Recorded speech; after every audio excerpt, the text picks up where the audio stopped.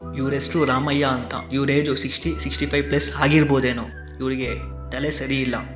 ಇವ್ರ ಹತ್ರ ಹೋಗಿ ಏನಾಯಿತು ನಿಮಗೆ, ಇಲ್ಲಿ ಕುತ್ಕೊಂಡಿದ್ದೀರಾ ಒಬ್ಬರೇ ಅಂತ ಕೇಳಿದೆ. ಅವರು ನಕ್ಕೊಂಡೇ ನನ್ನ ಜೊತೆ ಮಾತಾಡ್ತಾರೆ. ತುಂಬ ಸಲಿಯಿಂದ ಅಬ್ಸರ್ವ್ ಮಾಡ್ತಾಯಿದ್ದೀನಿ, ಯಾರೂ ಕೂಡ ಅವ್ರನ್ನ ರೆಸ್ಪಾಂಡ್ ಕೂಡ ಮಾಡಿಲ್ಲ. ಮಾರ್ನಿಂಗಿಂದ ಅವ್ರು ಊಟ ಕೂಡ ಮಾಡಿಲ್ಲ.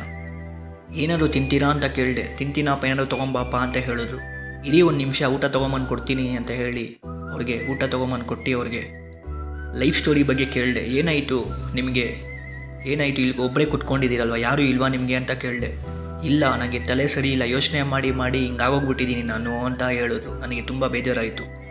ಯಾಕಂದರೆ ಅವ್ರಿಗೆ ದುಃಖ ಅಂತ ಇಲ್ಲ, ಯಾವಾಗಲೂ ಸಂತೋಷವಾಗೇ ಇರ್ತಾರೆ. ಯಾಕಂದರೆ ಅವರು ನಗ್ತಾನೇ ಇರ್ತಾರೆ. ಈ ಪ್ರಪಂಚದಲ್ಲಿ ಏನಾಗ್ತಾ ಇದೆ, ಏನು ನಡೀತಾ ಇದೆ ಏನೂ ಗೊತ್ತಿಲ್ಲ ಅವ್ರಿಗೆ. ನನಗೆ ತುಂಬ ಇಷ್ಟ ಆಯಿತು. ಈ ವಿಡಿಯೋನ ನೋಡ್ತಾ ಇರೋರು ಇಂಥವ್ರಿಗೆ ಹೆಲ್ಪ್ ಮಾಡಿದ್ರೆ ಅವ್ರ ಕಣ್ಣಲ್ಲಿ ಮ್ಯಾಜಿಕ್ನ ನೋಡ್ಬೋದು.